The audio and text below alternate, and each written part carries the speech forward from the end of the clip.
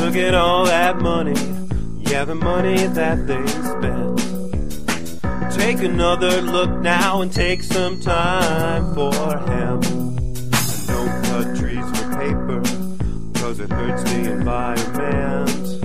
Stop deforestation, yeah, it's time for hemp. Oh, an acre of hemp makes 20 barrels of oil.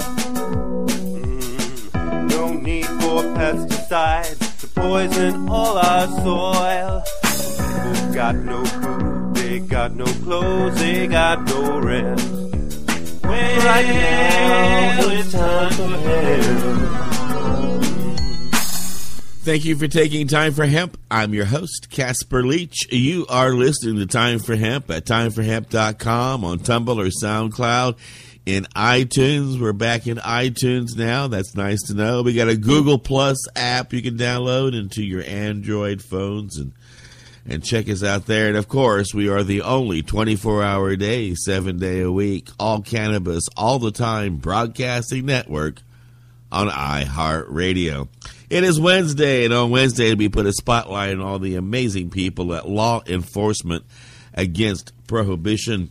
We've been doing that now for about 6 years. I can't believe we've been doing this special Wednesday report. Started out with Allison Murden as the joint host, and then for about 3-4 years, Peter Chris was the joint host of the big broadcast. And now every Wednesday, to celebrate all the hardworking people at LEAP, we have on the program as our joint host, Judge Lenny Frieling, and he brings to the table a lot of interesting and information that makes us go, wow, I didn't know that. And that's why Lenny is a great joint host on the Big Joint broadcast. And don't forget, anytime you hear the word joint on the Big Joint broadcast, nearly 2.5 million people all around the world pack their bongs, their pipes, their vaporizers, and take Time for Hemp. Good morning, Your Honor. How are you doing today? Casper, I'm doing fantastic. I'm going to take a deep breath after a 2-day felony jury trial over 6.5 pounds of pot. We have nothing better to do. There's no hunger. There's no disease. So what we can do is take a courtroom and a judge and 4 lawyers and 12 civilian citizens and spend 2 days instead of feeding people. Makes sense to me, I suppose. Well, yeah, and then we can also not have to worry about such other trivial things like people beating on people and robbing from people. Those things are kind of petty, too. Exactly.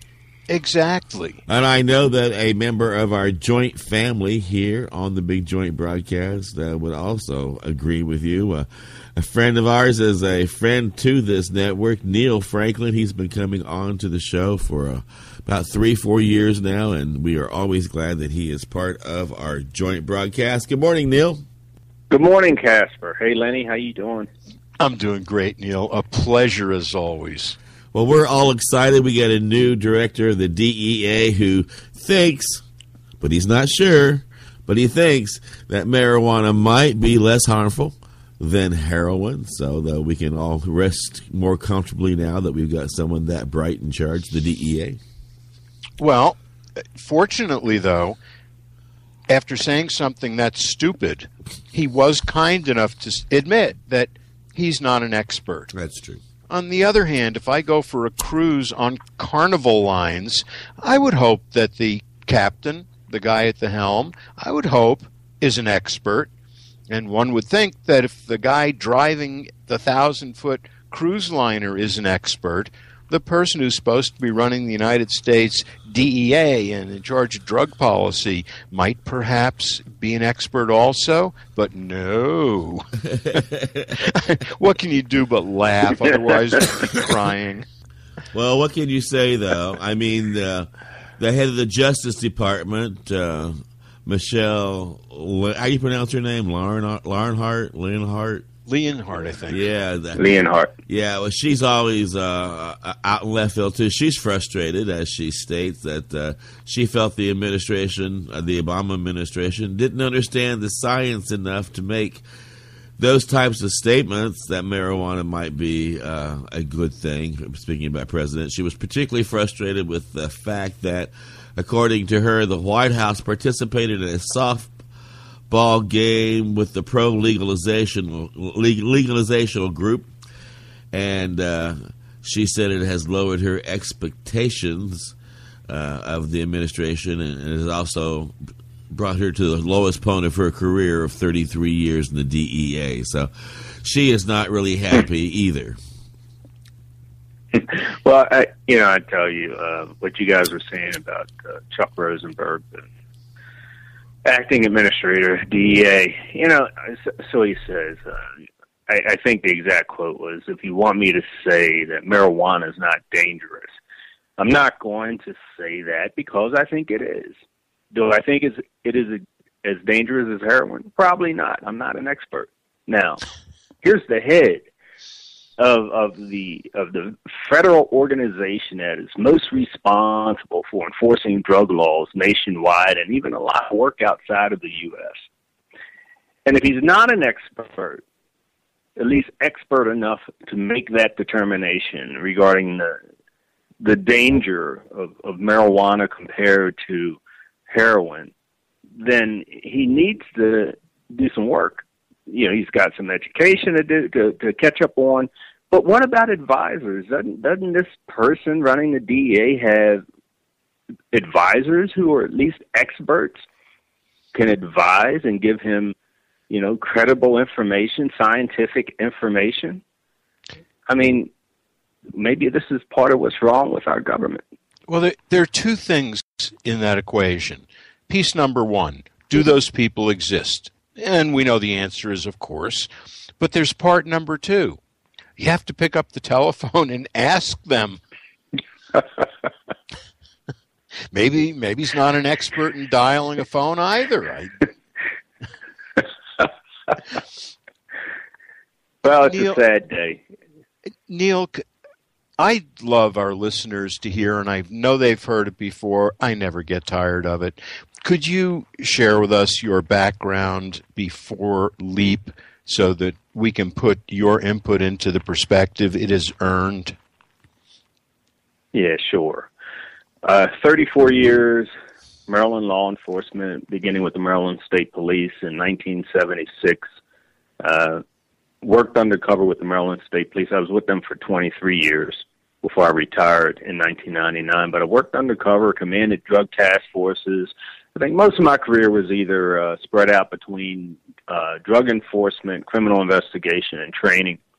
And, I commanded a number of drug task forces in the state of Maryland. I had 9 under my command at one time for the entire eastern part of the state.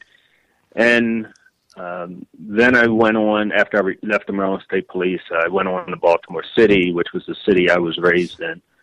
We're having some terrible days now with violent crime. But I was there for 4 years as the head of training. Then I went to a third police agency as the head of the Detective Bureau for the Maryland Transit Administration, and eventually chief of patrol for my final 6 years in law enforcement before becoming the head of LEAP as the executive director 5 years ago. And so here I am today doing the work that needs to be done. But, what brought me to this place of drug policy reform, of ending drug prohibition, it was the violence that I was seeing and having comrades killed and families in Baltimore City literally wiped out from violent crime, drug dealers, and retaliating against families who were trying to rid them from their communities, and seeing all this violent crime that led me to this place of that we needed to do something. And stumbled across LEAP's website in 2003, and here I am. Neill, I have to ask, as I'm sure almost all of us know, the television series The Wire takes place in Baltimore, the same place, and it deals directly with drug policy, drug issues. I have to ask, Is that reality, fiction? I love watching it. What am I seeing? How does it fit in? All right, so, and I get this question a lot because a lot of people think that it is fiction. Let me tell you, it is a historical record of what has occurred in Baltimore over the past 4 or 5 decades since we started this drug war. So what do I mean by that? The writer David Simon, what he did, he took 5 decades of Baltimore history surrounding our drug policy and how it's intertwined with education, health, commerce, politics, policing in any major city. But what he did with Baltimore, he took 5 decades of Baltimore history on that topic, and he compressed it into 5 seasons. You know, he mixed some things around, put some things that occurred earlier, later, you know, during this time.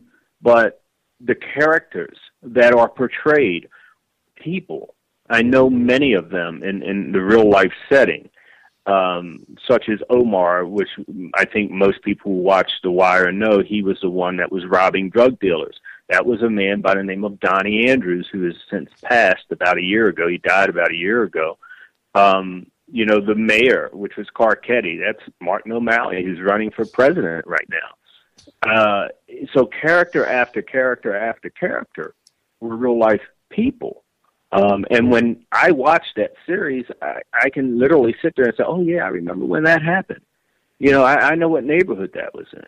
The street corners that are portrayed, you know, in that series, where you see the violence and the drug gangs shooting at one another and competing for those corners, those were real drug corners. This wasn't a Hollywood set. David Simon went right to those very corners where we had those shootings, and we still have them today. Open air drug markets. The only part of that entire series that was any kind of fiction was the community of Amsterdam, which was referred to as a drug-free zone. But what David Simon was trying to portray there was, back in the late 80s, we started one of the first needle exchange programs in the country. And Mayor Kurt Schmoke was the mayor then, and it was very controversial back then. So he needed something just as controversial today. So he created this drug-free zone, which is not really far-fetched in my mind. I think it's got some good things about it to do something like that. But yeah, this is pretty much a historical record of what has occurred in Baltimore over the past 5 decades regarding drug policy. I find that just fascinating, astonishing, and it adds so much depth when you watch the show. It feels right, and knowing that it is just thrills me. It does raise a question. In Colorado, what we have been doing is separating marijuana stores. And we know that The Wire is not dealing with marijuana much, but what we do is we separate them.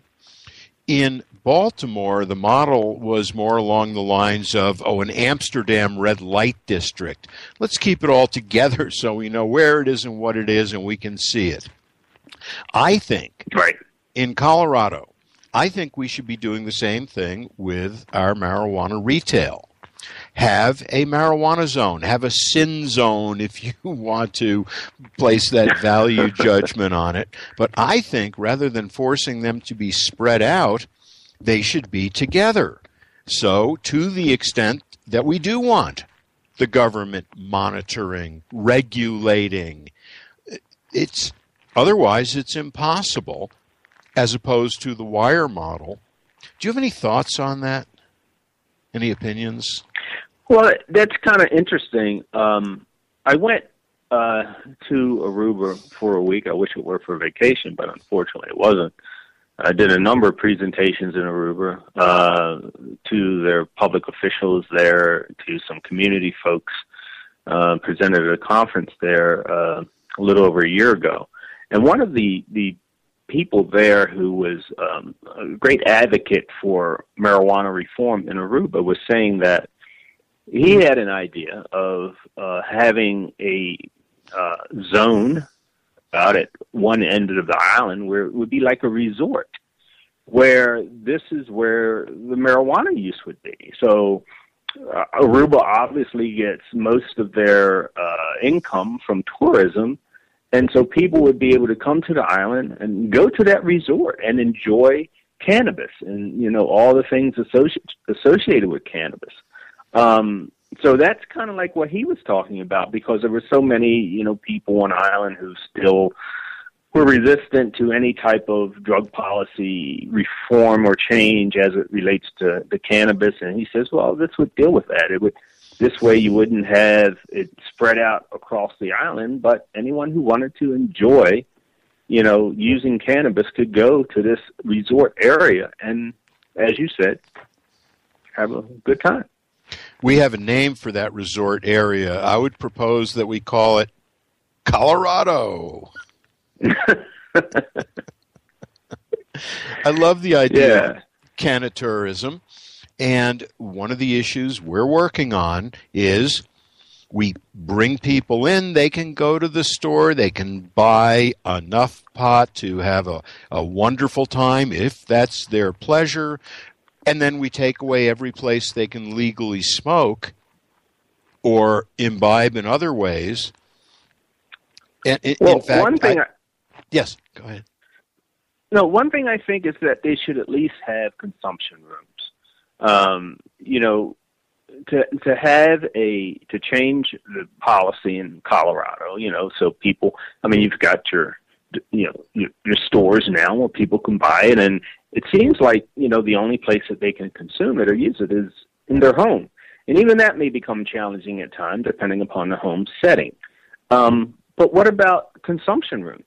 I mean, there are places where you could, you know, they have cigar bars or whatever they call them, where you can go smoke tobacco, and hookah lounges and different things. But what about consumption rooms for cannabis, so people can, you know, consume in different places that would discourage the, you know, the open use of it in public places, if people just had a place to go and relax and enjoy themselves?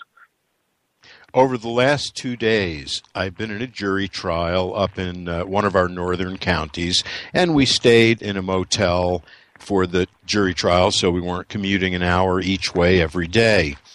There was a little sign, and I admit, I'm not going to mention the place, although there were outlets in a motel room. Unheard of. You could plug stuff in. But there was a little sign, and I admit I stole it. I took it with the intention to permanently deprive them of the sign. Instead of the little folding sign on the desk that says no smoking with the no symbol, no smoking, and right next to it, the symbol with a marijuana leaf, no marijuana. And I've been looking at it for a couple of days, and then I was packing up. I said, this is history.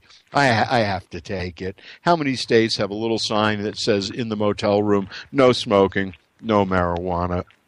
And although I can laugh at it, we all know there's the side of it that isn't funny.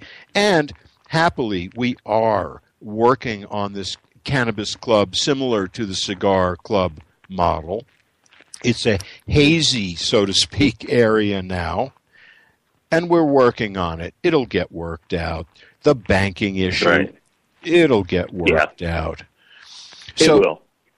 You 34 years, much of it involved in narcotics policing of different types, and I have asked the same question of many people. I know what the answer is going to be. I still love asking it. During your career, you and your team, I imagine, arrested, took out of circulation drug dealers with dealing many types of admittedly dangerous drugs. And I imagine the drug people that you took out of the picture ranged from low-level street corner hand a bag into the car window people, and included some of the higher up players. Did you ever have an experience where you took someone off the street and their job slot was not filled again? No, there's no such thing. When you take someone off the street, someone who's dealing drugs, and it's doing it obviously for a business with the intent to make money. No, when you free up that marketplace, there's always someone waiting to take over, to step right in. But unfortunately, in some communities, when that happens, it's not just one person who's ready and waiting to step in. There's multiple people or multiple gangs or organizations that are just ready to take over that piece of real estate. A lot of times the information you get about a drug operation or a little crew or a gang working in a particular corner or a couple of corners, that information comes from a rival gang. Okay, so we can go in and take out the competition, right? But as soon as we take out their competition, they're not the only ones that want to take over. There's usually another gang too, and what happens is that they end up fighting each other for those corners. And there we have the shootings, and innocent people get caught in the crossfire of those shootings that we have. And then even after the corner is now controlled by the next group, the shootings don't stop, because in that process of fighting for that territory, people get shot. So a gang member gets shot, maybe killed, and then you have the retaliation that continues for weeks. Other shootings and other people getting killed. That's what we're experiencing in Baltimore right now. That's why we've just had the 3 most deadly months in Baltimore since the 1970s. Ouch. Ouch is right. Last month, 45 murders in July. You said month. 45. And 45 homicides, murders in 1 month. That's statewide. No, in Baltimore City. I'm talking about a jurisdiction, a just city, in the city, 20 or 30,000 people. Yeah. I'm not talking about a city of 2 million people, 620,000 people. The reason I ask that is the number is so startling, so unbelievable, that I had to hear it again for it to sink in. It's hard to get your mind around. Now let's just breaking it down step by step. All of this happens because drugs are expensive and people want them. Is that a fair statement? Pretty much. Is there anything? People want them. Is there anything about the drugs that gives them inherent value? Are they difficult to make, difficult to produce, that would give them some inherent value? Or is it more in the direction, as I believe you and I see it, it's a government price-supported industry? So these drugs come from plants. To produce these drugs is literally pennies on the dollar. Very, very inexpensive. If you're going to produce these things as a legal commodity, it would cost you virtually nothing, and the prices for them would be extremely low. But because it's prohibited, and we've driven it underground, and now you add on the expense of, trying to keep this stuff secret, the transportation of these drugs, what you have to pay people, to transport the drugs, what you have to pay people to sell the drugs, the fact that law enforcement is chasing you day in and day out makes the illicit business expensive and more expensive than what it needs to be. But even with that, because year after year, decade after decade, so much of this stuff has become available, the prices have been on the decline. Well, speaking of... Even that they've been on the decline decade after decade after decade because of the volume that's now coming in, they're still more expensive than what they need to be if it were a regulated legal business. Well, speaking of prices on the decline, the world prices around us are not, and it's important for us to continue to generate revenue. And with that said, we are going to generate revenue now by taking a commercial break. And then we're going to listen to a song about how fantastic marijuana is. And then we're going to come back and pick up where we left off here at Time for Hemp.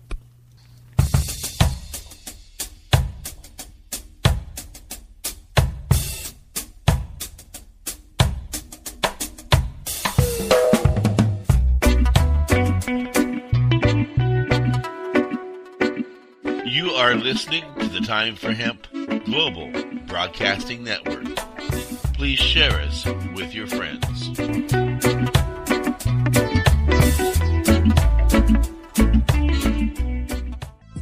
THCF Medical Clinics are the premier physicians clinic in the United States. THCF has offices all across the United States from Hawaii to Michigan. THCF Medical Clinics has helped approximately 150,000 patients obtain their medical marijuana permits to legally possess, grow, and use medical marijuana. If you have chronic pain, multiple sclerosis, or any other neurological degenerative disease, or if you have any gastrointestinal disorders such as GERD, irritable bowel syndrome, or if you have AIDS, cancer, spastic disorders, seizure disorders, or glaucoma, call us at 1-800-723-0188 or visit us online at hemp.org. Again, the number is 1-800-723-0188 and the site is hemp.org.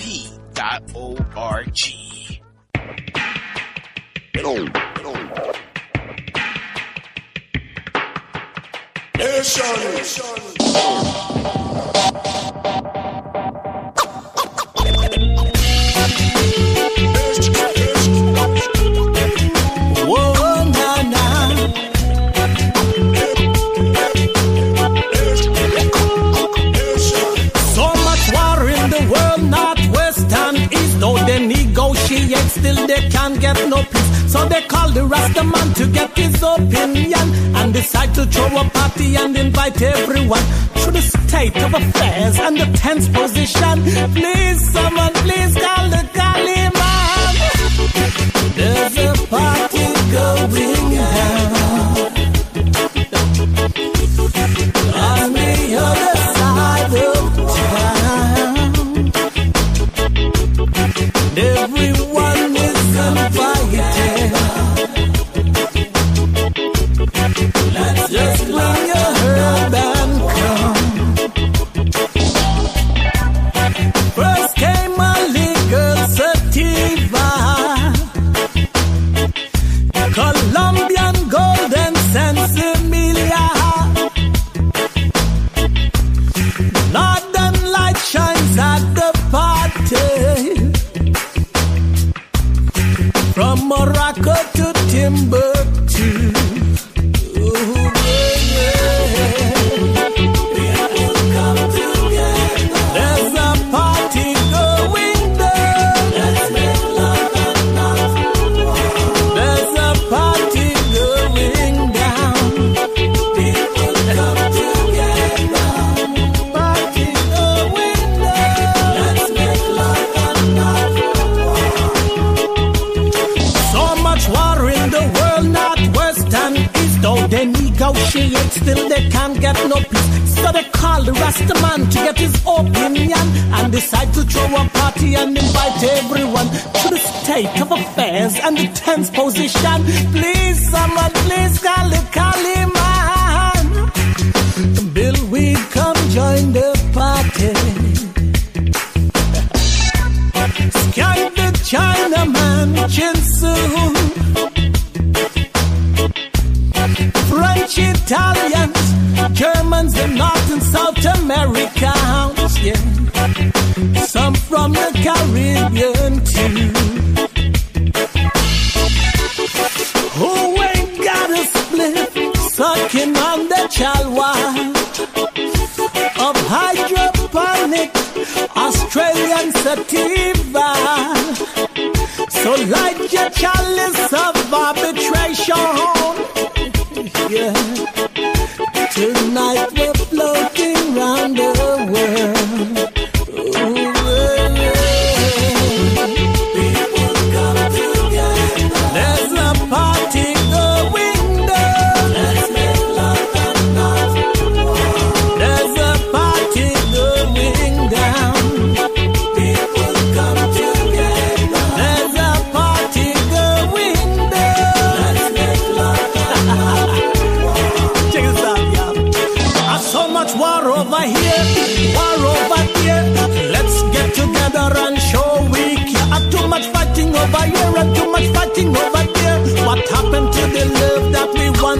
negotiate. Too much war over here, war over there.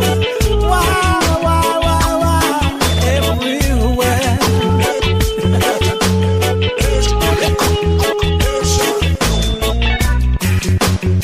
People come together. Let's make love and not war. People come together. Let's make love and not war. I know it's an old concept rolling out from the 1960s, make love, not war. But it is still important today. It's nonsense to have this war on drugs permeate the nasty smell into our future by destroying lives at every chance it can on every corner of the planet. It's nonsense. It's just nonsense. It makes absolutely no sense. All it does is make the cartels rich, keeps a artificial value on products that if they were managed and legalized and taxed, that problem would just, honestly, it would just go away. And with that said, I'm going to return this joint conversation back to my joint host and our joint guest today. We're going to continue where we picked up in our joint chat. And gentlemen, I do think it is interesting how we are making such headway with marijuana on so many different levels. And we have so many ballot measures around the United States. And yet we have politicians and we have government employees like the director of the DEA who insist that they are going to continue the raids and we're going to continue to crack down on marijuana and all the drugs, and we are going to arrest every single human being that we can and put them all behind bars and turn them into 10 cents an hour labor just because we think morally it's wrong. I can't get my mind around that, gentlemen, on any level. Not in a world that's full of education, internet, access to education. If you would have told me this 100 years ago, I was, well, it makes sense. People can't get the information in front of their face fast enough. But to be honest, a 12-year-old can walk up to a computer and type in prohibition and learn how badly it failed in the 1930s and look at the adults around them and go, so why are we doing this now? With that said, I pass this to my joint host with our joint guest on the joint show. Lenny? Thank you, Casper. And we're here with Major Neill Franklin. And I am lucky. I am lucky to be here. For clarity, I think it is fair to say, we all know you can't go to war against a drug. And in spite of the late President Nixon, we have this great catchphrase, war on drugs, to disguise what I think we all know is a war on people. It's a war on our own people in this country. It's a war on our own people in the rest of the world. You can't go to war against a drug. You can't have a treaty. You can't have a surrender. You can't win. And we'll talk about why you can't win in a moment. And I am trying to, and not successfully yet, getting my head around Baltimore in July having 45 homicides in 1 month in a city of 620,000.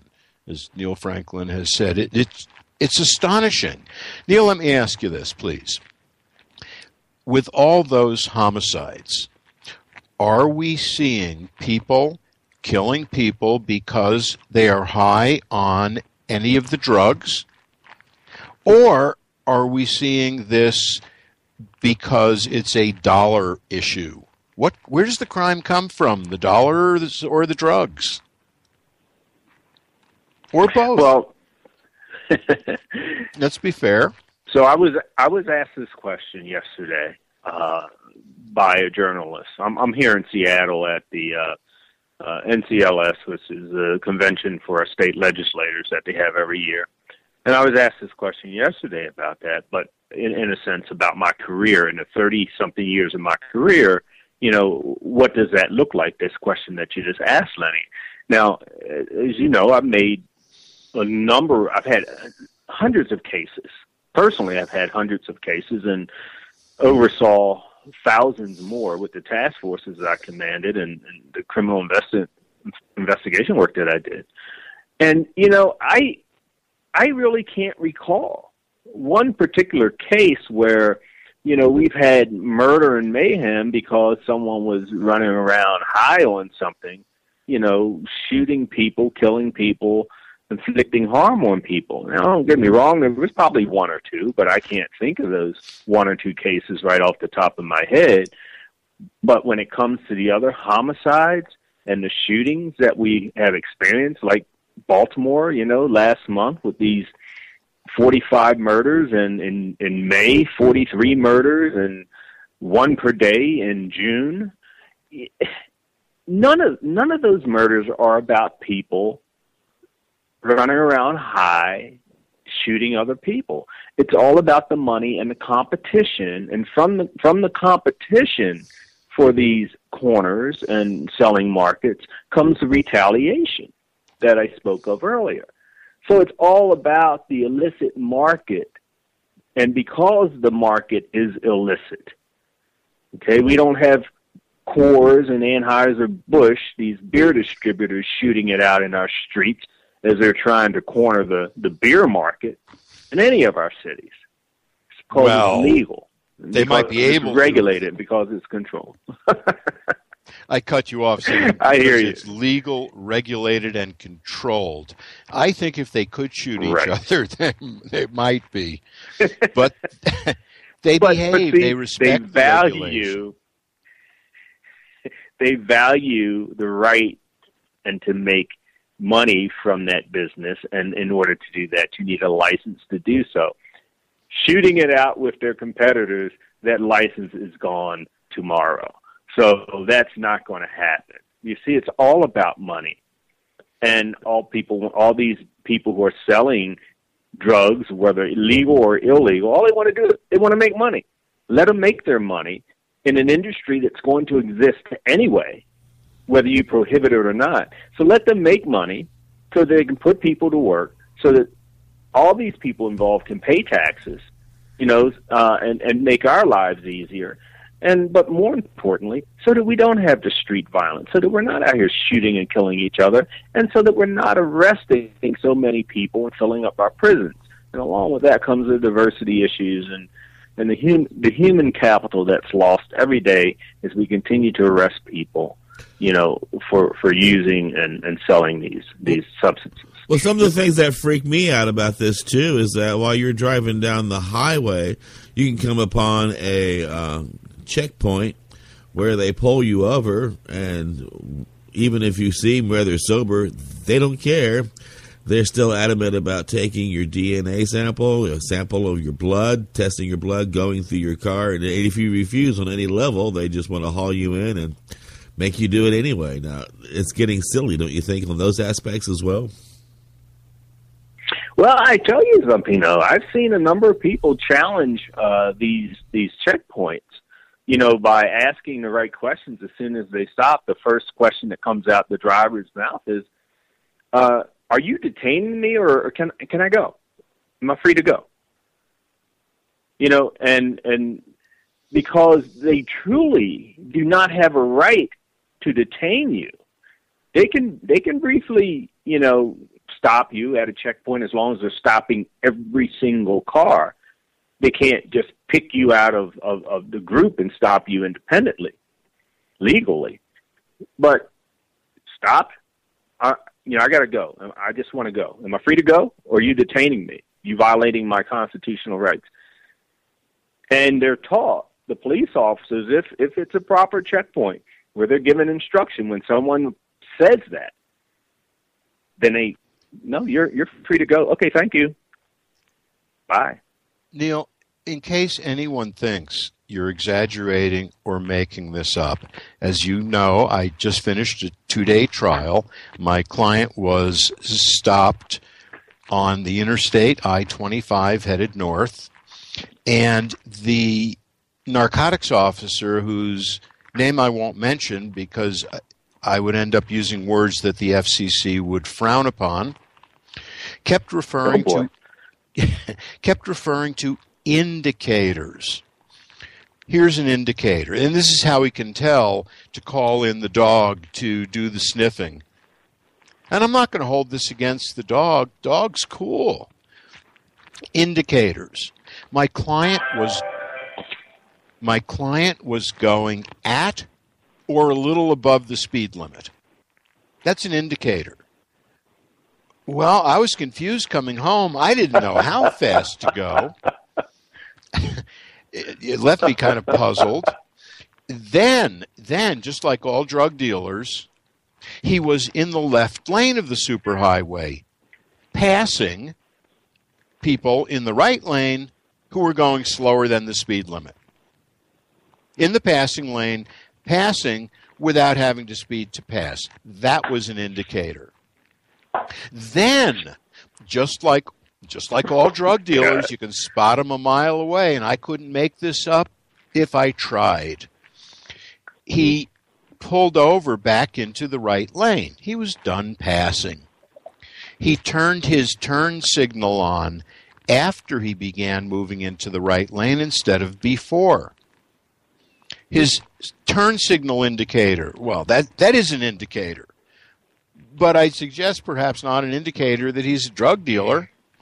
And then the ultimate indicator, when pulled over by an officer of the law, he was nervous. He was nervous. His hands were shaking. That's an indicator he was a drug dealer. As opposed to the general population, of course, that's never nervous when they're pulled over by a police officer. And Lenny, 34 years in law enforcement, I get nervous when I get pulled over by a police officer. And every indicator that you just gave, I guess I would be suspected as being a drug dealer. Really? You still get nervous? Come on. You, a former member of the DEA, you get nervous? I fit the profile 100% according to those indicators that you just gave, along with 90% of the citizens traveling our highways. The final indicator. Ridiculous. You want to hear ridiculous? I'll add to ridiculous. One of the things that my client, the defendant, did, that was an indicator. This is what drug dealers do. I didn't know this. On a road trip, carrying your suitcase in the cargo area of the SUV, as opposed to, I suppose, on the roof, in the middle, in your lap, putting your suitcase in the cargo area is an indicator that you're a drug dealer. What? But Lenny, he's right. He's absolutely right. Because a drug dealer is just like anyone else. So we all do that. So therefore, drug dealers do that. Here's where the real problem is with, and yeah, we hear them all the time. The real problem is how the courts accept this nonsense. Well, that's where the problem is. We challenged the stop. We challenged it under the Fourth Amendment, of course, and the judge said, and I have to say, the judge gave us a fair trial.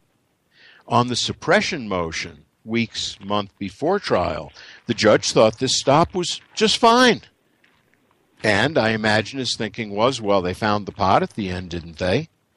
And, of course, the drug dog alerts to 7 different drugs using any one of 3 different alerts, and the alert is the same whether it's 1 joint, legal in Colorado, or 6.5 pounds. So they can sniff your suitcase, you have 1 joint in it, and all of a sudden your stuff's spread out on the side of the road, you're handcuffed, because the dog can't tell the quantity or what the drug is. I can't hold it against the dog. The dog, by the way, is just retired. So here's the thing. Here's another issue. As he testifies, a police officer testifies to all these indicators and ultimately the result of finding the drugs. Next question is, or what the court should be concerned about is, well, how many times do you guys, the police, stop people from similar indicators, that you're claiming to be indicators of someone being a drug trafficker? How many times do you stop people, go through this process, and not find drugs? Well, first of all, they probably don't keep the proper data. But if they were to take a look at that data, if it were kept, the percentages of hits using those types of indicators is less than 1%. And I think in some places where they have actually kept data, it was like less than point something percent. I was irritated. I'm sorry. Go ahead, please. Go ahead. No, I'm just saying, so those indicators, that should, disqualify those indicators, but they don't report that information, and they don't testify to that information. They should be made to testify as to the percentage of hits. Now, if using those indicators, they got a hit 95% of the time, that says something. But that's not the case, not even close. I was irritated at myself on the way home this morning because I hadn't asked this particular officer, how often do you do this, and not find anything. The problem, in retrospect, was this. When the district attorney was questioning this expert in narcotics policing, he knew everything. He was an expert. This is what he did, 500 marijuana busts in the last year, and he's great at it. Interestingly, when I was cross-examining him, he forgot everything. And in fact, I asked him,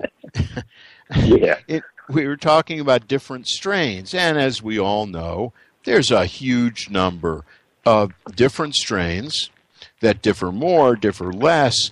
His response was, well, to me, again, the expert, just like the head of the DEA, to me, they're all the same. Dope is dope is dope. That's a quotation. So if I had asked him, he would have said, I never pulled anyone over who had all the indicators and didn't have dope. He would have said it. And I'm stopping talking because my jaw is still dropping open. But the difference between the expert on direct and the moron, the ignorant moron that I had on cross, was truly astonishing. It was impressive. Let me ask this. We have had, and we talk about legalizing, and in fact we are re-legalizing. Fair statement? Quite fair. All drugs used to be legal at one time before the Harrison Narcotics Act. And how far back are we talking? 100 years. So in 100 years, and Harrison Narcotics Act, the beginning of Prohibition, 100 years, Prohibition has been highly successful, right? Well, it depends on what you're trying to succeed at. I want to arrest everyone. Then it's working. If your goals are to put as many people in prison as you can, so that we, the United States, become the #1 incarcerator of the world, it's working pretty well. If you want to cost our taxpayers, $1 trillion, now approaching $2 trillion, for this crazy drug war, it's working. If you want disparity issues where we're targeting one group of people more than another group of people, in this country, it's working quite well. If you want to have all these people in prison creating products for private companies, pennies on the dollars, for corporate America, and have private prisons where Corrections Corporation of America and other groups are, you can invest on Wall Street and people being behind bars, it's working extremely well. And I could go on and on, but it's working if those are your goals. Let's talk about arresting everyone. There was a time when we talked about China having more people in prison, Russia having more people in prison. Where does that stand? How's the United States doing? We're blowing Russia out of the water. As a matter of fact, you can put a number of countries together, and we exceed their numbers of people being in prison, and not just by rates, but in hard numbers, in actual numbers. Here we have had so much movement and success in marijuana reform in this country. We've got Alaska, Oregon, Colorado, Washington State, Washington D.C. It's not a retail market, but you can grow it yourself and stuff. So we're making this reform. We've got decriminalization in about half of the states, almost medical marijuana, in I think over 30 states now, and we're still arresting around 600,000 people every year in this country for possession, just possession of marijuana. So, yeah, it's ridiculous. We love locking people up. Sometimes my hearing is not so good. When you were talking about how much money is being thrown at this, did you say $1 million or $1 billion? No, over the past 4 going on 5 decades, we're talking about somewhere probably now about 1.5 trillion. That's with a T. I need a hearing aid. Cops, courtrooms, and prisons.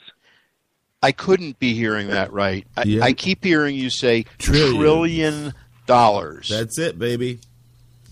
Trillion. According to Jeffrey Myron, he's a Harvard economist. In hard dollar cost every year for cops, courtrooms, and prisons, we're talking over $50 billion every year. I need a hearing aid. We have no idea what the indirect costs are. What do you mean by indirect costs? What kinds of things? Okay, so direct costs are, the price tag we can put on a body being in prison for a year. For instance, in California right now, it's about $65,000. Depending on where you are in the country, it'll probably go only as low as about 30 or 35 to keep someone incarcerated for a year. That's an example of hard costs. We know what that dollar figure is. We know what the man-hour cost is of cops being in the streets, with their drug dogs and searching people and stopping people, arresting people for marijuana. You know how long it takes to process someone for a marijuana possession arrest. So you can calculate those costs very easily, even down to how much gas you got to use in your patrol car or transport van that transports these people, what it costs in court for trials and prosecutors and the cost of incarceration. So we know what that is.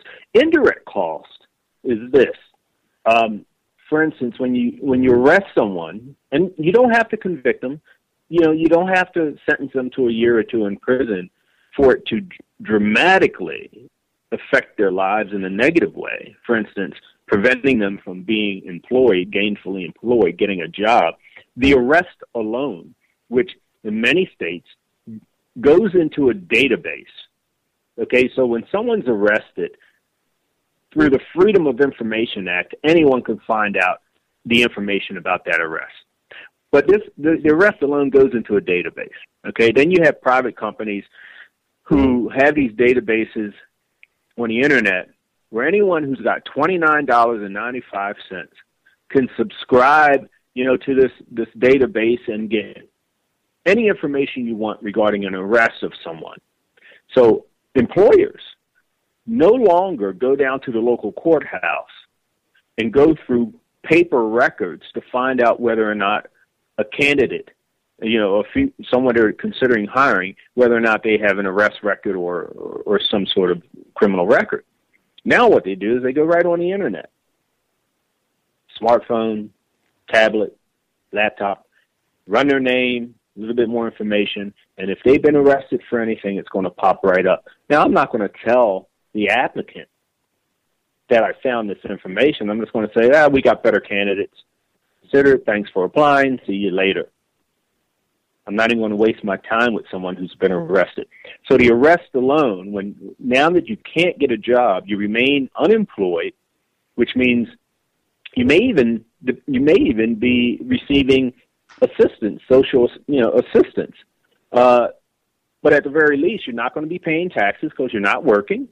If you're not working, if you're not making money, that means you're not going to be spending money at the local store. See, if you spend money that you're making from your job at the local store, that store then succeeds, makes more money. They can put more people to work. You're not going to be buying cars. You're not going to be buying a home.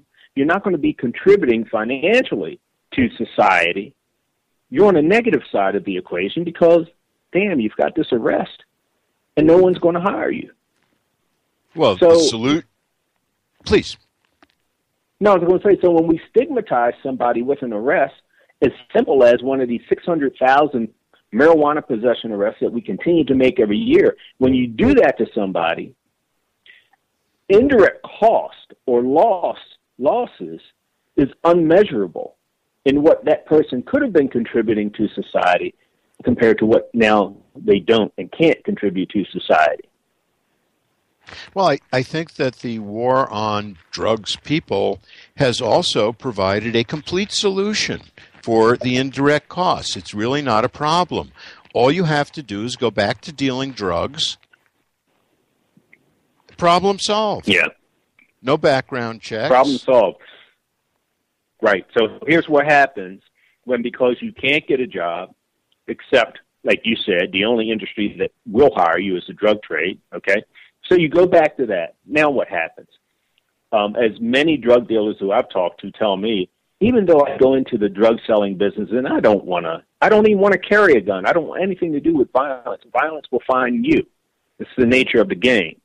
So now violence finds you. Someone ends up in the emergency room. That's costing us money. Suppose you don't go back into the drug trade, but you're not working. Hey, you may end up stealing a little bit here and there. Maybe you do a burglary here and there. Insurance costs are going up. You're stealing from people, breaking into someone's car, petty thefts from your local supermarket or clothing store, boosting clothes or whatever it may be. At the end of the day, people have to make money to survive, and they will do whatever they need to do. And if we, society, inhibit that by stigmatizing people with criminal arrest records, then we're going to keep that person in a place of criminality, which then again, indirect cost will cost us dearly every single day. Let me throw out... It's very advantageous to us to create scenarios for people so they can succeed in the workforce legally. Let me throw out some dollar numbers. In Colorado, the last number I heard, $37,500 a year to keep somebody in Department of Corrections, in prison, which is right in the range that you've described nationally. In Colorado, I understand that a middle school student, you know how much they spend on them? About $10,000 a year. We're spending right. almost 4 times as much to keep somebody in prison as to educate a middle school student. I don't think that's probably the best answer. No, it's not. But let's even go beyond that. Let's go to college, right? And unfortunately, in many of our cities, we can't even graduate our kids through high school because many of them are just recruited from school to go work on these corners. But that's another story. But let's just talk about college. Suppose we get them through high school. Even to pay for them to go to college, because I want to use this example because I want to talk about adults who we put in not that we don't send juveniles to youth centers, incarcerating them, but let's talk about adults 18 and up. We send them to adult facilities, like you said, $37,000 a year in Colorado. Imagine if we created, number one, weren't arresting them for these drug crimes, weren't putting them in prison, but provided some money for them to go to community college, to give themselves a better chance at acquiring a skill to where they would be gainfully employed. Okay, but no, we want to spend $37,000 instead of $12,000 getting them into a community college to give them an opportunity, to become gainfully employed to where they can contribute to community in more ways than just financially. We've got this whole thing upside down. And every day when we put another body in prison, every time we put some person in prison, economically for this country, it is a disaster. Well, it is a disaster. Speaking of disasters, the best way for us to avoid those here is to pay our bills. So we're going to make that happen and come back in 1 minute, 20 seconds here at Time for Hemp.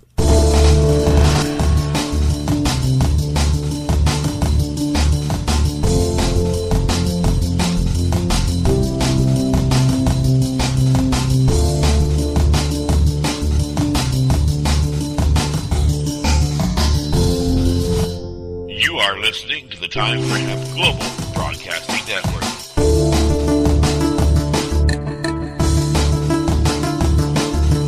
The only broadcasting network dedicated to ending the global war on drugs on iHeartRadio.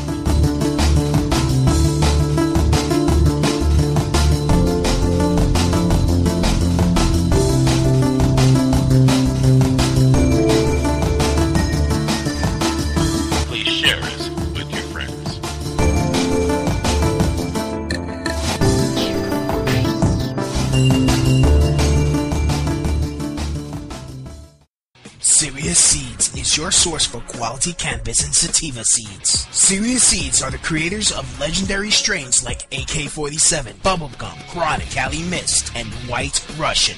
The AK-47 is probably the most awarded strain on the planet. The high THC content of AK-47 makes it the perfect medical strain for patients seeking quick pain relief. Cali Mist is an almost pure sativa. Female medical cannabis patients have reported that this strain helps relieve menstrual cramps. Serious Seeds just acquired another Dutch high-quality seed bank, Magus Genetics. From now on, Serious Seeds can offer you even more award-winning strains. The fine folks at Serious Seeds strive to breed the best cannabis genetics that they can find, so patients can rely on the effectiveness of their medicine. Go to SeriousSeeds.com to grow your medicine.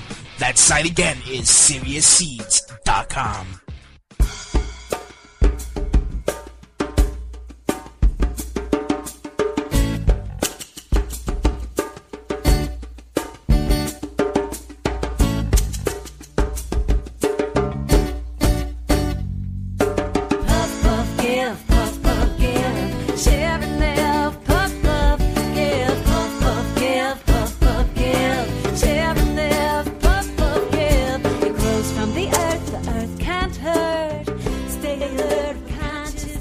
Yeah, stay alert with consciousness. Be aware that there is a world around you, and it doesn't make any difference what it is that you're doing, even if you're just doing too many Hershey bars. Seriously, you eat like 4 Hershey bars and get behind a steering wheel, I'll tell you, you're going to be drowsy going down that road and not a very safe driver. You need to pull over, park that car, and take a nap.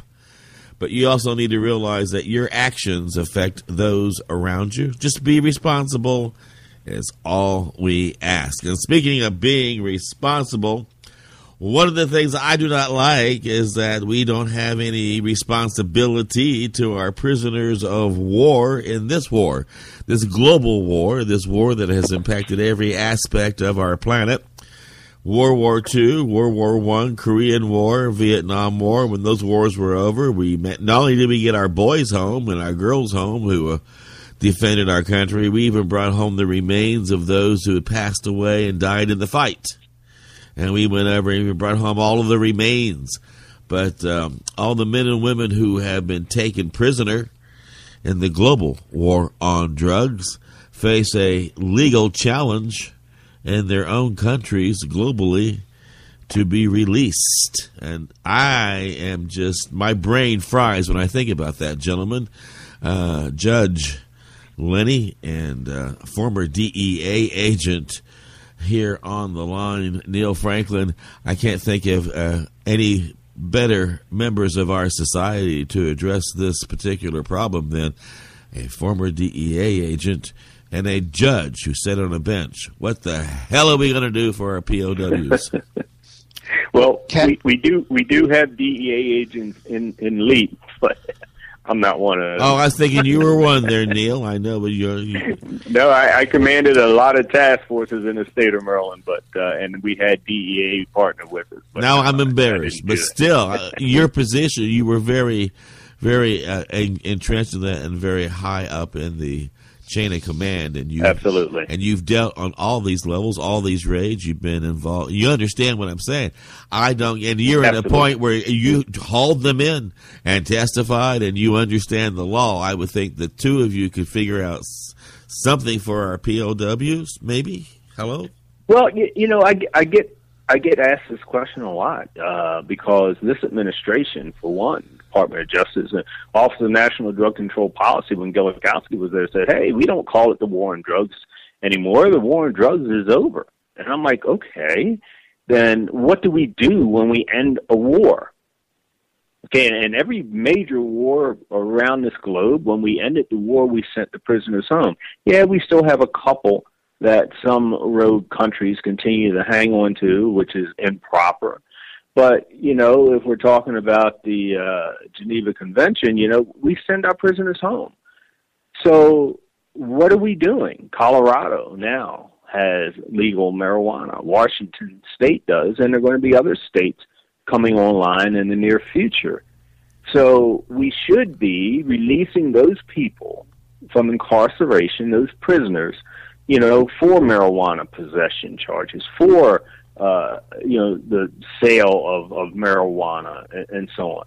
That should be a priority. I agree with you. I'd be crying crocodile tears if I were sitting in Colorado or Oregon or Washington or California for being arrested for a quarter pound of marijuana and serving time, knowing that 2 blocks down the street, people are selling it by the bushelfuls legally. One of the things that we are seeing is people that would have been sent to prison 10 years ago are getting probation, but they're still getting a permanent felony conviction. And as we in LEAP are sadly used to saying, you can cure an addiction, you can't cure a conviction. Neill, Major Neill Franklin, what a treat. Let's talk about where we're headed. United Nations, 1961, Single Convention. 1972, Protocol, amends the Single Convention. International Drug Treaty that attempts to attack international, by the way, drug trafficking, while, by the way, leaving room for hemp, medical research, and a number of other things that sadly get overlooked. How does this go together? Where are we headed? Well, let me start with where we're headed here in the U.S. as it relates to cannabis, because the cannabis reform we're seeing around the country and in some other countries is actually leading the way on global drug policy reform. Currently, we're preparing, to do some work in California for 2016, other states in the Northeast like Vermont, New Hampshire. I think if we get, 1 or 2 states in the Northeast to move forward with cannabis reform, legalization, then that whole Northeast corridor is going to go and it's going to just open up so much. One of the things that this activity has caused is, a resurgence of attention, in the United Nations as it relates to control of narcotic drugs. The General Assembly on what we call the United Nations General Assembly, a special session on drugs. The next session, and let me give a little bit of history, first of all. We've had single conventions over the past few decades in the United Nations regarding global drug policy. And, it was the United States, folks like Harry Anslinger, who had pushed from the United States onto the entire globe through the United Nations. And since then, we've had 3 treaties to continue the prohibition of drugs on a global scale. And so every so often they have a session in the United Nations. I think the last one was 1998, of the scale, to take a good look at, okay, so are we going to reform these treaties? What's it going to look like? What are we going to do? Or do we just maintain what we've been doing? The next one was scheduled for 2019. Because of the push of countries in Central and South America, they've sped it up 3 years. So the next one will be this coming year in 2016, and it's not going to be in Europe, in Vienna this year. It's going to be in New York, which creates some opportunities for some significant change. So we, LEAP, for instance, had a couple of years back had written an amendment to these treaties. Right now, these treaties call for global prohibition of these drugs. What LEAP has done in its recommended amendment says, how about giving countries the autonomy to, if they want to maintain prohibition, fine. But if they want to change and move forward with another type of drug policy, they should be allowed to do that. So it gives the states, the member states of the United Nations, the ability to try something different. Just like we're trying to do here in the United States with cannabis reform, giving the individual states the option of doing something different than what the feds are trying to push on us. So they're going to be, it's already started a number of events that are taking place in preparation for 2016 in New York with the United Nations.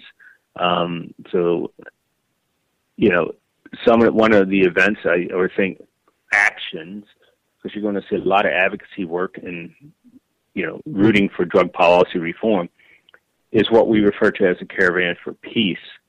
In 2012, the Caravan for Peace was 2 busloads of Mexican citizens, family members who had experienced atrocities, murders, and kidnappings at the hands of the cartels, and the tragedies are enormous.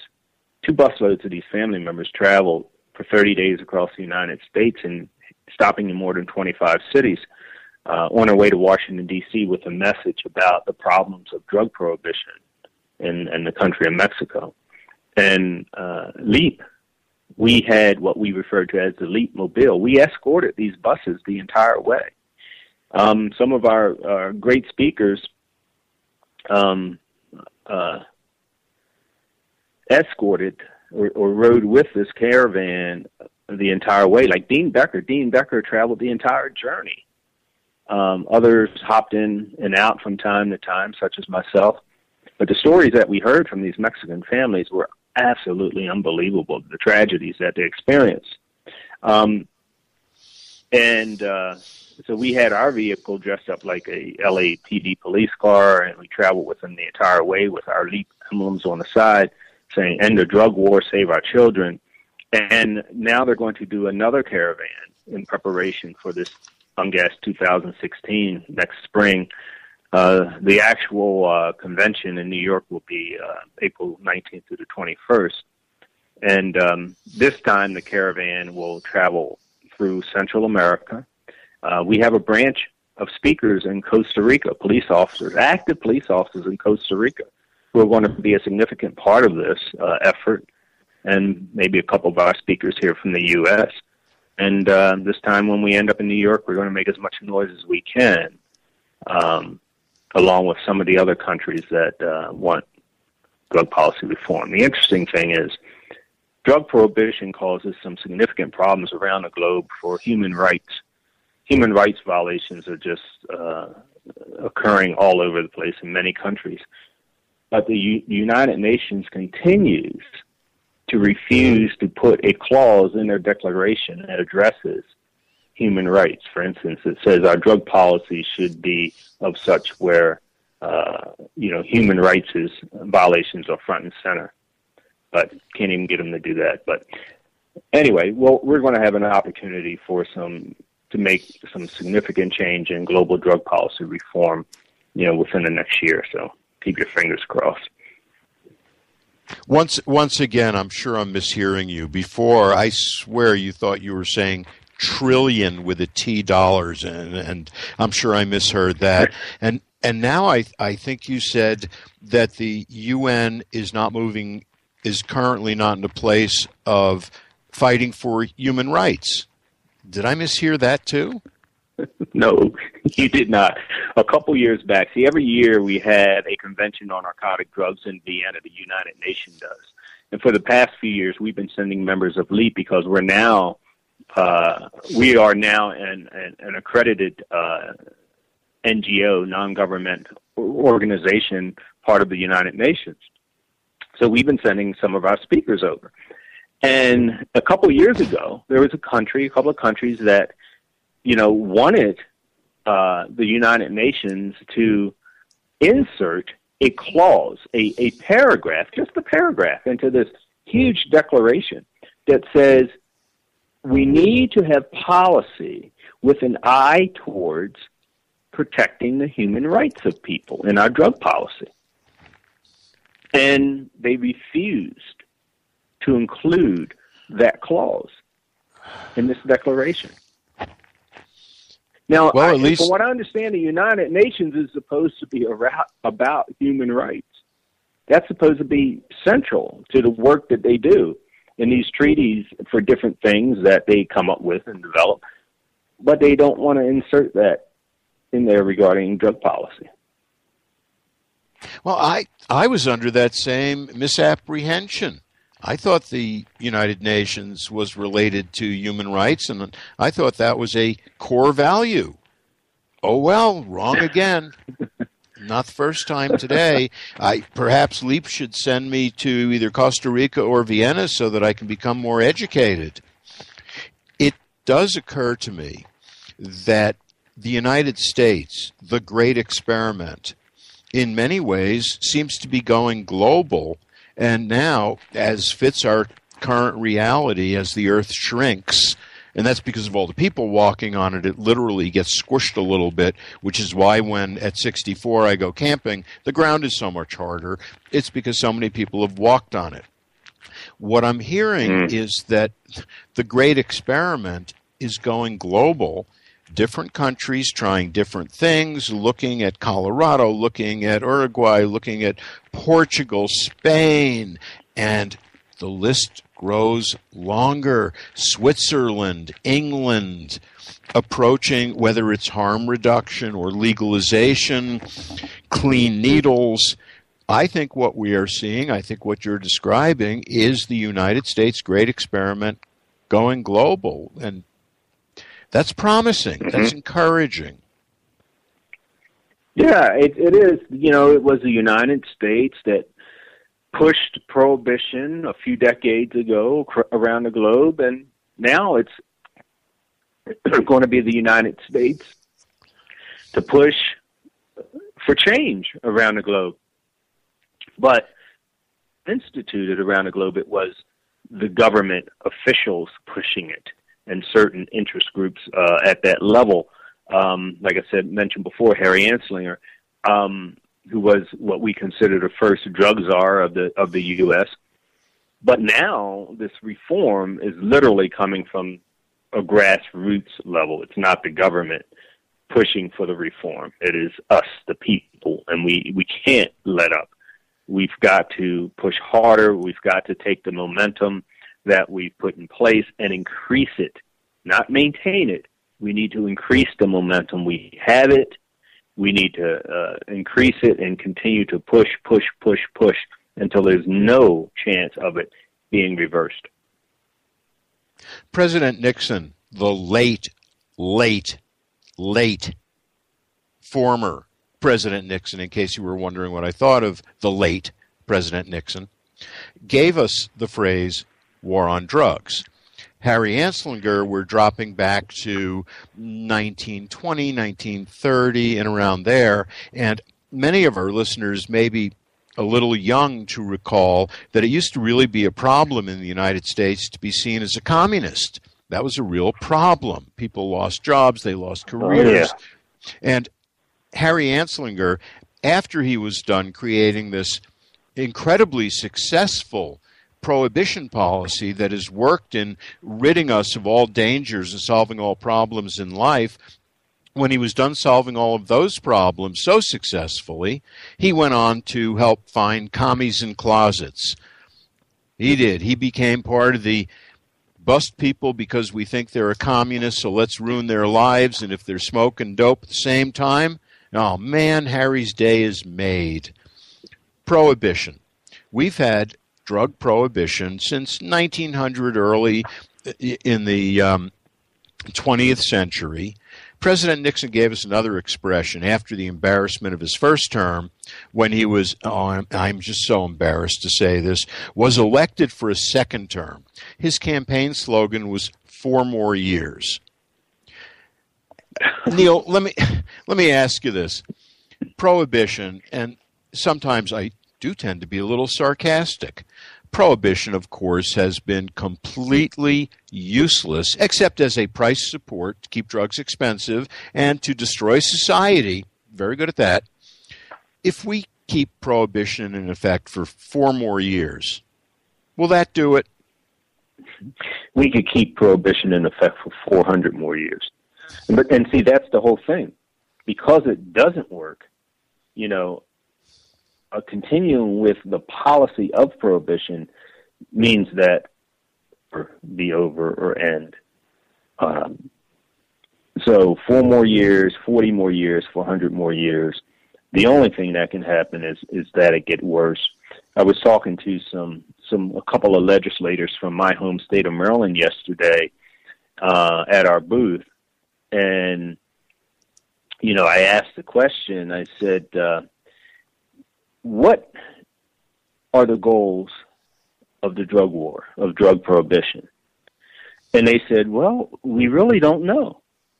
And I said, well, what would you want them to be? What do you think they should be? And of course they said, well, we want drugs, and we want to definitely see, overdose deaths decrease and addiction decrease and this, that, and the other. And I said, well, and violent crime and all those things. I was like, yeah, that's, it's some good goals. I said, well, in each and every one of these things that you think should be goals of the drug war, I said, not only have we not succeeded or made any headway, I said, but it's getting worse. More drugs, more potent drugs. Overdose death rates continue to rise in this country. More violent crime. And they knew about Baltimore, so I talked about those recent 3 months in Baltimore.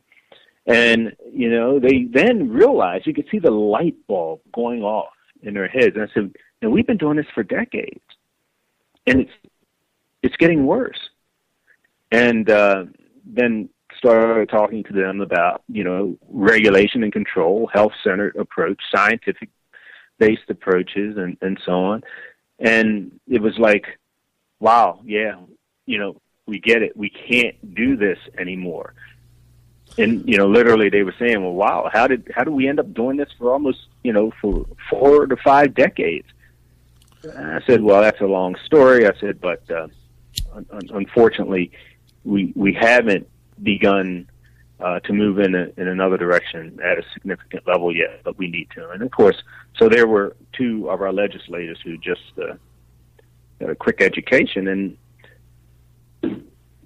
so really, 4 more years? Are you kidding me? Neill, there are some things that are also concerning me with what's going on here in America. You working with the various police departments as you have might have better insight, but it would seem to me that the police departments across America are in many ways being used as an army in some ways against the citizens of our own country. We have tanks rolling in and armored vehicles rolling in and SWAT teams surrounding people for nonviolent crimes as they're being arrested. We have the police departments being used as checkpoint Charlies, making sure your blood's fine and you're not hauling anything ignorant between state 1 and state 2. We've got house-to-house searches. If they are hell-bent on finding a suspect, they will go through your house In California, they did that for the Donner case. They did that for the Boston Marathon cases. They just make it very clear you will stay in your house. You will not come out of your house until we tell you to. And when we come to your door, you will let us in, and we are going to go through your house. If you want to protest this, you're not allowed to protest within 100 feet of the White House, or it's a federal offense to protest 100 feet within the president or something like that. You got certain spots that you can protest. Good golly, Miss Molly. If someone wants to join the police department, they almost need to figure out they want to be Air Force, or they want to be Navy, they want to be an infantry soldier. But that's a very interesting comment that you just made, and it made me really realize something, that unfortunately most people who join a police department today, they join because of that level of excitement. They are the type of people who are going to enjoy the authority that is afforded to them, as a police officer, and it's tremendous authority and responsibility. And, so most of the people who are joining the police department, are joining for this level of excitement. The TV shows, the reality shows that we see, cops and this, that, and the other, Alaska State Troopers, National Geographic, and unfortunately, we don't have the great numbers of people joining the police department, who want to join because of the boring side of developing relationships with people and being servants of the community and in the community, and who wants to do that boring stuff, right? They want the excitement, they want the power, they want the control, and so this whole militarization piece fits right in. Then on the other side of this coin, you've got the administrative side of these leaders in law enforcement who love getting this equipment, from the federal government, the MRAPs and the high-powered weaponry, this, that, and the other that they say they need to combat drug dealers and their organizations and so on. But then again, if we didn't have prohibition, we wouldn't have the drug dealers and these organizations and the cartels.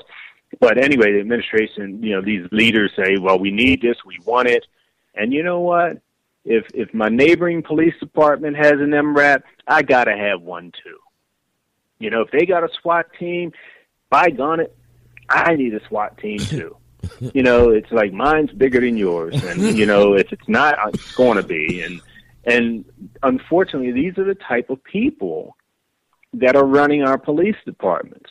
And then the civil asset forfeiture, where we're taking people's money and property, we shouldn't be allowed to do that. We shouldn't be allowed to police for profit. It goes completely against everything that this country is about. So now you've got police departments taking cash because we believe that the cash is guilty of being involved in some sort of illicit activity. And you, the citizen, have to prove to us that your money is not guilty. And if you can't prove it, or if it's going to cost you too much to defend yourself or your money, then we keep it, and we spend it any kind of way we want. That's so wrong. So it's these types of things, problematic, and they all sit squarely upon these policies of drug prohibition. Well, and then again, we get rid of this policies of drug prohibition, and that stuff begins to go away. But watch out for the war on terror. Well, and then the other part of that couple, the police making a profit as a groom to the bride, which happens to be the prison industry that's being a very profitable outlet for corporations that contract with the prison for the prisoners to make goods, and they pay the prisoners like 75 cents an hour, and yet the goods sell for like $200 for tennis shoes or whatever. And you've got prisons that are stating that they have mandatory body count. If you don't keep so many prisoners in this prison, we charge the county or the state X amount of dollars, right? That type of thing. Yeah, but you know what, Casper, many of our local sheriff's departments, they're in competition with the private prison industry. Now, here's my point. Competition. I'm in competition. So I'm in Tallahassee, Florida, last year, meeting with some representatives talking about drug policy reform. And I'm standing in the hallway waiting to meet with this one senator from the state of Florida. And down the hall comes this cadre in uniform of high-ranking sheriff department officials from this one particular county. So here's the sheriff with his entourage of his captains and majors, and they go up to the senator, and they're lobbying for legislation that will allow them to bring prisoners from out of state to their sheriff's department lockup. Holy cow. Bring prisoners from out of state, charge the state that they're bringing them from dollar amounts. And so it's going to be a money-making operation for this particular sheriff's department. Wow. And he's lobbying the senator for the legislation to make that happen in direct competition with the private prison industry. Holy cow. So even our local prison officials, our sheriff's departments, are in this business of making money by housing prisoners for others. Good golly, Miss Molly. Wow. Neill, you brought a thought to mind.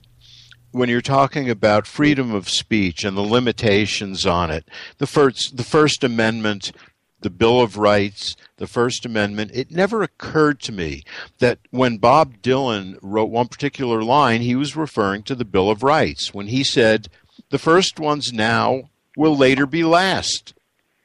I thought he was singing about something different, but it's sure sounding like he was singing about the First Amendment. Yeah. One of the... So how I was talking about... go ahead, Casper. How does the citizen deal with this? Now, I'm almost afraid to drive from, like, Portland, Oregon to Indiana to see family for fear I'm going to be stopped 15 times. We know that my money, any money in my pocket is going to smell like cocaine because all of our dollars have been so tainted and in circulation that anybody's money in their wallet is going to smell like that. And I also know that I can't film police officers, supposedly, in some places, or I'm going to get arrested for that. I mean, it's almost like you take your future in your hands if you want to go on holiday. Do you know, it's an indicator. It's an indicator that my client had $232 in his pocket. $232. And it was an indicator that of that, 2 of them were $100 bills. So I don't, as an attorney, 39 years criminal defense, I can't tell you how much money to carry. 50 cents may be an indicator, $10,000 may be an indicator, and $200 bills, a couple of fives and a few singles, $232. That's an indicator. So you're right. You can't carry money and you can't not carry money. So what do we do? Stay in the living room.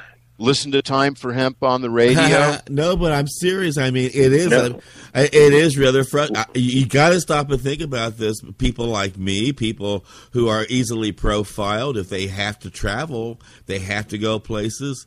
It is. I mean, you get in the car as a regular mom and pop, and look how many regular mom and pops have stopped and had their money taken and their cars taken and all that for what? What we do, or what we need to do, is continue state by state and on a federal level to push, number one, for civil asset forfeiture reform. You know, in addition to the work that we're doing to end the overall drug war and drug prohibition, something we can make happen relatively soon is the push for the civil asset forfeiture reform.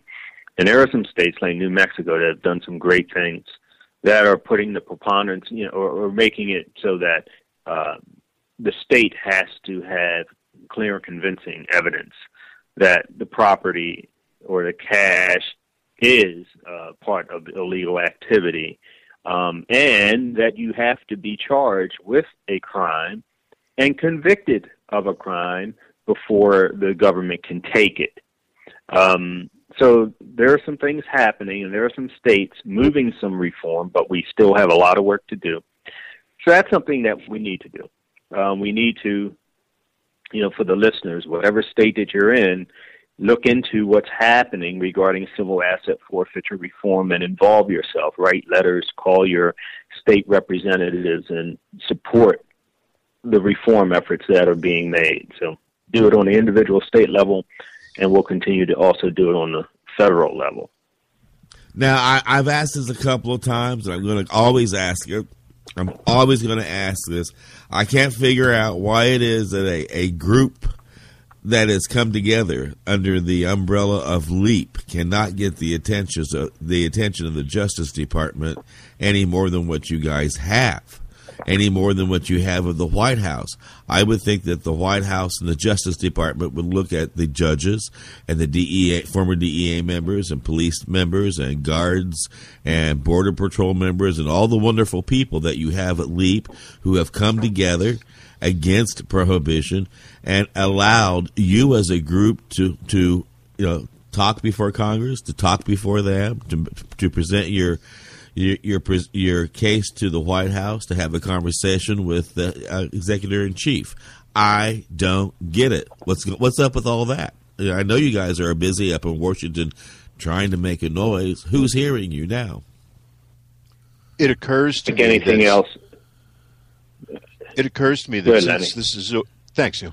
It occurs to me that since this is a war on drugs, why can't we prosecute the list of people you just gave for war crimes? All right. Now, there's two questions on your plate right there, Neill. Take the first one and then answer the second one.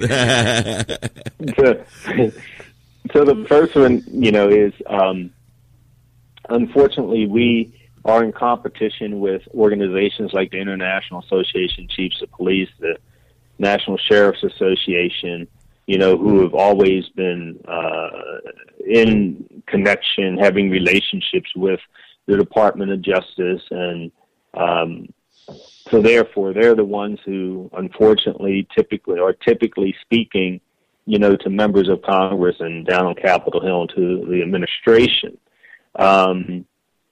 We're still on the outside, trying to get in. It's all about finding the right relationship with someone who can bring us in, to say what needs to be said. But we continue to work on that, and it's a heavy lift, and it's an uphill battle because of these established organizations of mainstream law enforcement that continue to benefit from the policies of drug prohibition, and they continue to speak out in an effort to maintain it.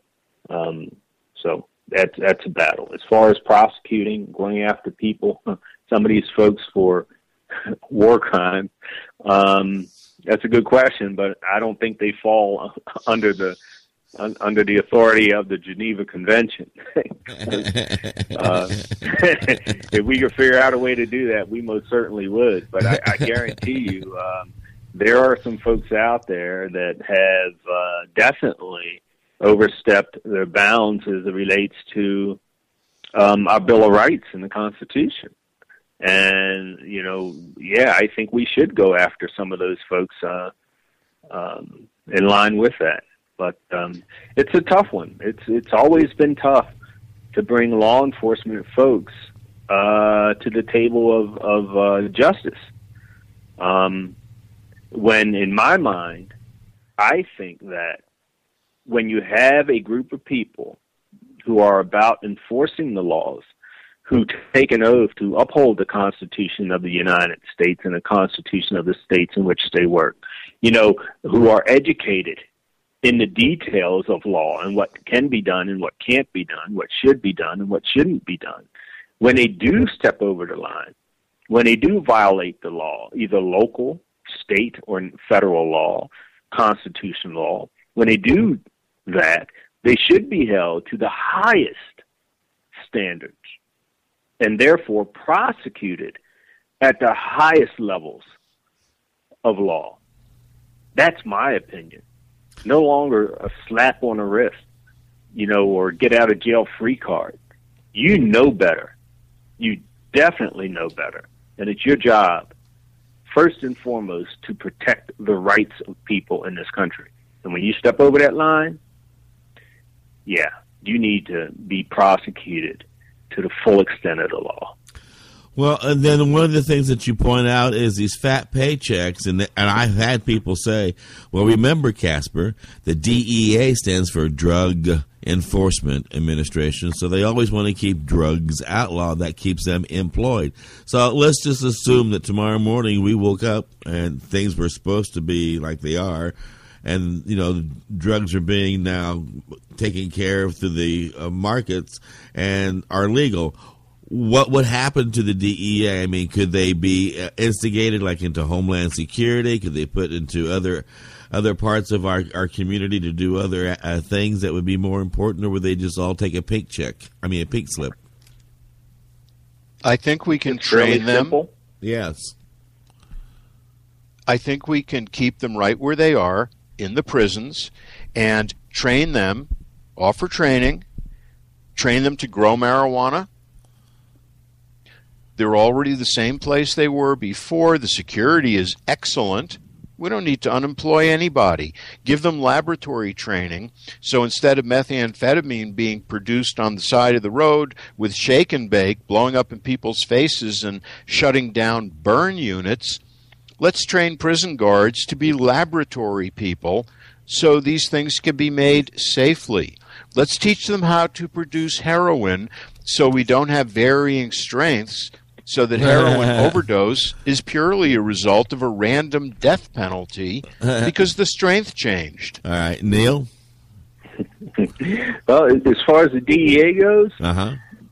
number one, I think since they were created for the enforcement of drug prohibition laws, they can be disbanded now that we will no longer have prohibition. That's the only reason they were created.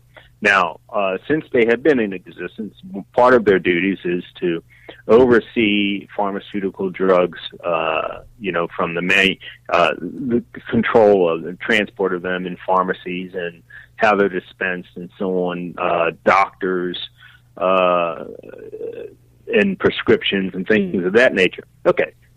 That arm of the DEA can go right under the Food and Drug Administration, and they can continue to do that, to monitor that important work of pharmaceutical drugs being dispensed within our communities. They can continue to do that. That's what they should be doing. But break that off and put it under Food and Drug. As for the rest of the agents, we all know that drug abuse, in dealing with drug abuse, that education and treatment works far better than anything else in curbing that. So let's retrain those folks if they want to continue to work. Those who can retire, let them go ahead and retire if they want to. But those who want to continue to work, these are great college-educated folks, each and every one of these agents. So they're very smart. Let's train them to become counselors. Let's train them to become, teachers of for prevention. Give them the scientific. That's right. There's not a whole lot of experts on drugs in the DEA, so that could be problematic. But no, I think a little bit of education, we can change that. Let's teach them what they should know about drugs, and then have them teach from a scientific place the effects of drugs, and counsel people on those. And they can go into other areas, like you said, of law enforcement, maybe the FBI, and focus on violent crimes. Just with a little bit of retraining, they can then focus on violent crimes, where law enforcement should be, addressing people victimizing and hurting other people. What about the tens of thousands of computers that we know exist in this country that have child porn on them? What about the missing children that we still haven't located? There's a lot of good work that can be done in law enforcement for a little bit of retraining for all these DEA agents, and that's exactly where they need to go. Now, this is a real softball question, but there's a lot of people out there thinking, I'd like to have somebody from LEAP come to my organization or to my neck of the woods and speak. But these people are so highbrow, it's going to cost me an arm and a leg to get anybody in here to talk. Now, I'm going to lay that on your doorstep so that people around the United States can figure out a way to get you active in their neck of the woods. Well, you're right. This is a softball. We have speakers all across the country in about 40 states, if not more by now. And all you have to do is go to our website, and you can, right on our website, request a speaker. And you go through the process, and typically we have somebody close to you, so it doesn't cost that much to bring them into your group to speak, or your organization, to your church, to speak to your policymakers, whoever you want us to speak to. And we can make that happen. So that's www.leap.cc, leap.cc, or if that's too hard for you to remember, copsaylegalizedrugs.com. And you can get one of our speakers to you in a relatively short period of time. Well, I also think it's amazing that so many people at LEAP have gotten involved on so many different personal levels. One of the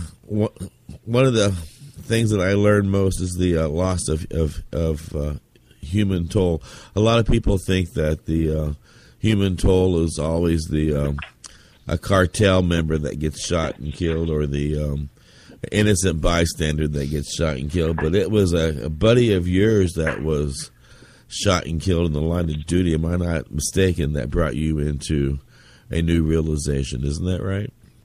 Yeah, that was Trooper Ed Totley back in the year 2000, October of 2000. He was working with the FBI in Washington, D.C., buying drugs from a mid-level drug dealer. And that's the nature of the business. One drug dealer is always trying to rip off the next. And this drug dealer decided he wanted to keep the money that Ed had, along with the drugs that he was supposed to sell Ed.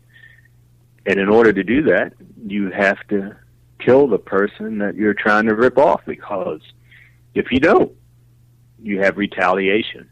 So he shot Ed at point-blank range, shot him in the head, and killed him that night on October 30th, year 2000. And, this happens all the time. And so it's not just cops being killed performing this dangerous work, but citizens get caught in the crossfire, running gun battles and drive-by shootings, and then you have some civilians who are trying to do the right thing and report gun-toting drug dealers to the police and act as witnesses when the court trials come for their violent behavior, and then they become targets of these gangs. And we have witness intimidation murders. And so, again, this isn't a drug use issue. It's a policy issue, and it's the policy of prohibition. It makes our streets and communities as dangerous as they are, and has made Mexico literally a place of killing fields, and which also greatly exacerbates our immigration problem as people try to escape the violence in the northern states of Mexico and other Central American countries. Now, and that's the really other aspect to this whole thing, is that's really amazing that you also have an insight too, from being involved with the police departments and in the upper echelons, is that a lot of departments across the United States lose personnel through the same way, and they are touched and they are moved in the same manner as you. They recognize the same things as you do, and they understand that if they continue these policies, it does nothing more than to line the pockets financially of the people who are attacking them, so that the people who are attacking them can buy the bullets to shoot at them. I mean, when do you not turn to your boss and say, we're being stupid here. We got to keep ourselves safe. The assholes in Washington need to realize that they are just funding the bullets that are killing us. Can you not make this stop?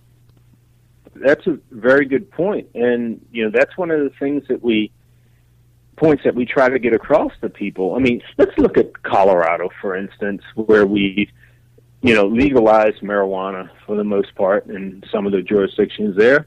And, I hear the reports coming out, the financial reports coming out of Colorado regarding gross sales of cannabis now. And and Lenny, maybe you know exactly what the number is, but I know it's millions upon millions upon millions of dollars, in gross sales. And what that really means to me is that, whether it's 40 million, 100 million in gross sales every year now in Colorado, whatever that number is, that's cash that is not going into the hands of the cartels and gangs and crews who would normally be selling marijuana like they're doing in other states that don't have a legal market.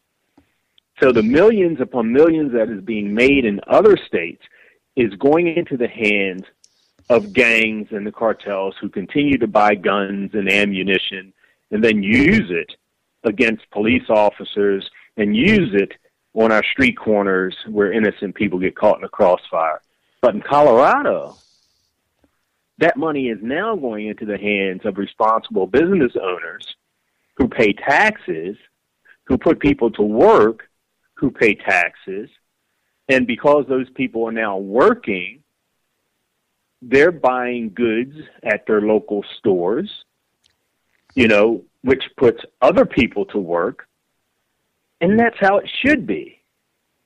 So when you take this illicit market, which is going to exist whether you like it or not, when you take it and move it from a place of illegality to a place of legality, it does so much. It benefits community in more ways than you can imagine. And again, the shifting of that money, those criminals are no longer able to buy the weapons and ammunition that they normally would. What I think I'm seeing in Colorado is that people that were smoking before, marijuana people before, are about the same as the people smoking now. We're not having an explosion of new smokers, except the old smokers are going to the store. They are buying legally. In fact, right now, if somebody came to me and said, could you buy an underground ounce of pot? I wouldn't know where to begin. Everybody that was selling underground is no longer. They've either gone legal or gotten out. And it's you're right. Working. And you're right. Jobs have been created. Like here in Oregon, we now have people who are selling legally from behind counter. We've also created growers, people who help with harvesting. And there's a variety of new industries that have sprung up and new companies coming in. And so instead of having to stand on the corner and sell illegal drugs to pay the rent, they now have an opportunity to get a legal job to cover the bills. And that's cool, too. The burglar alarm companies, the video companies, the armored car companies, all of these fairly normal kinds of businesses are getting swamped with new business. It's wonderful. It is. So absolutely. That is one of the great aspects of this. And that's why I keep thinking, someone's going to have to turn around to their boss and go, make it stop. You can. And until you do, it's killing us. I don't know. I mean, wow. How do you work for somebody after a while? You realize, and you're my boss, and you're not going to make us all. So I see, you're my boss. So you're going to allow the enemy to go ahead and buy bullets to kill me? Why, thank you. It's nice to know that I trust my life with your hands. That's the part of the Afghani heroin business that never made sense to me. We force heroin to be purchased from Afghanistan so the money can go to the Taliban or ISIS with which they can then buy bullets, which they then shoot at us. So we're giving them money to buy bullets to shoot at us. Right. I don't get it. All right, one thing. Now we're getting ready to wind down here from our 2-hour special. And I do want to thank Neill for taking all this time. Neill, we are also winding down in the administration. And look, I mean, golly, it seems like President Obama might end up with statues of himself all around the world because he might end the war on drugs. Anybody who does that will be a hero globally. What do you think? I mean, we're getting pardons. He's trying to make things easier for businesses. I mean, I'll just hush up and let you answer the question I'm putting on your plate. Do you think? Maybe?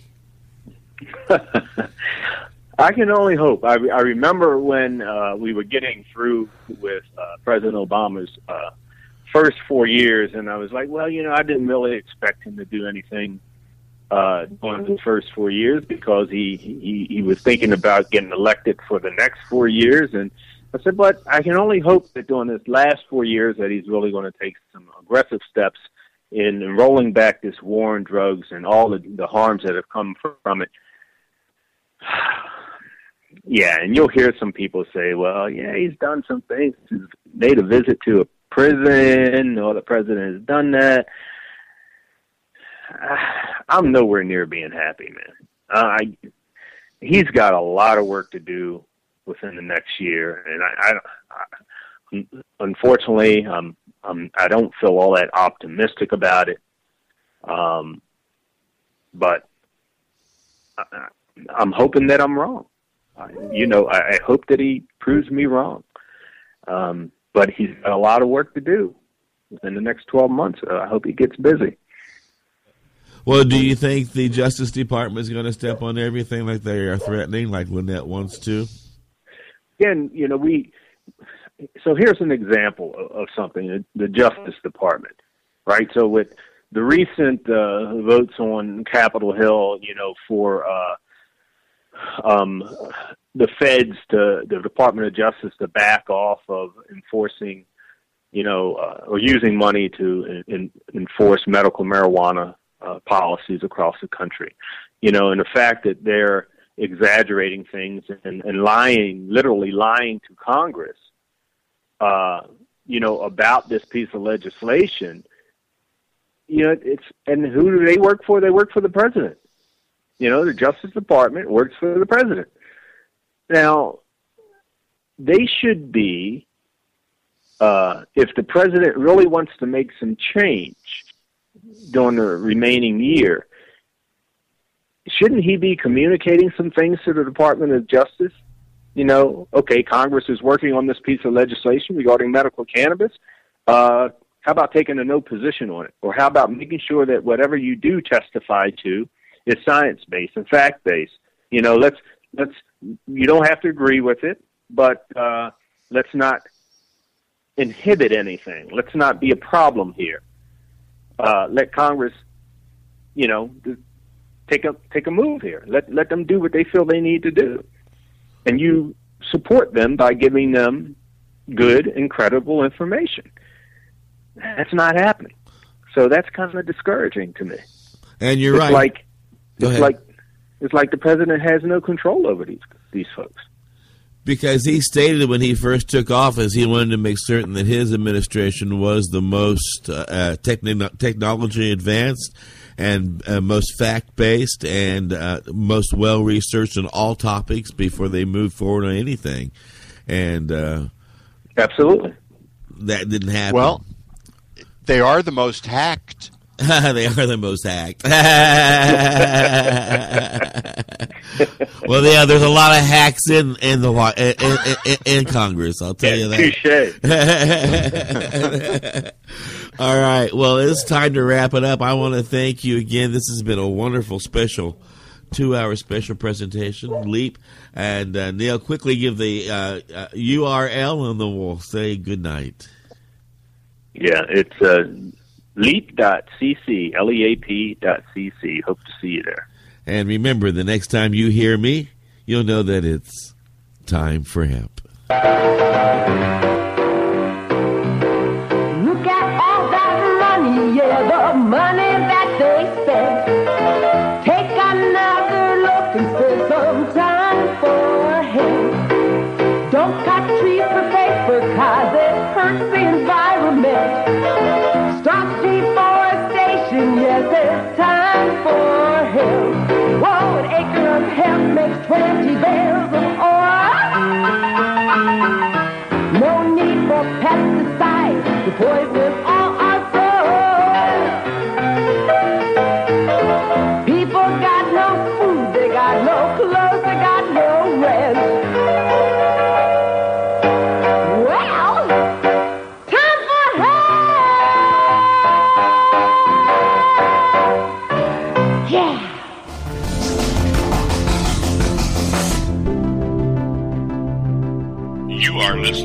Time for Hemp Global Broadcasting Network.